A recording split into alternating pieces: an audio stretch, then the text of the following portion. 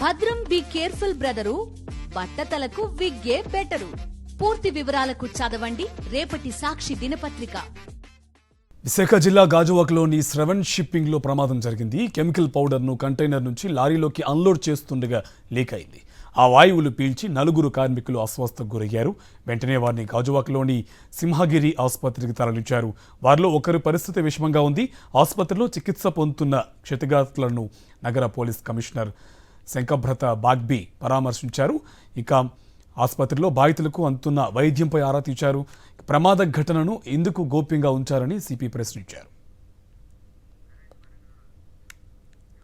ఇదే అంశకు సంబంధించి మరింత సమాచారం కరెస్పాండెంట్ నరేష్ మనకి డీటెయిల్స్ అందిస్తారు. నరేష్, డీటెయిల్స్ ఏంటి? విశాఖపట్నంలో వరుస ప్రమాదాలు చోటు చేసుకుంటున్నాయి. అయితే ముఖ్యంగా ఫార్మా ఘటనలో మరొక ముందే సుమారు 17 మంది, మరోవైపు ఇంకొక ఫార్మా కంపెనీలో మరికొంతమంది మృతి చెందిన ఘటన మరొక ముందే మరొక ఘటన చోటు చేస్తుంది.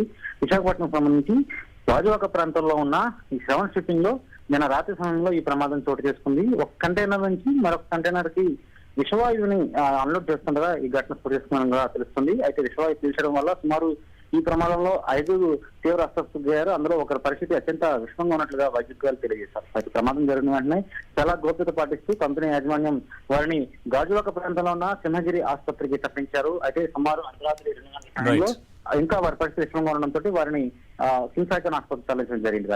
Right, thank you Naresh.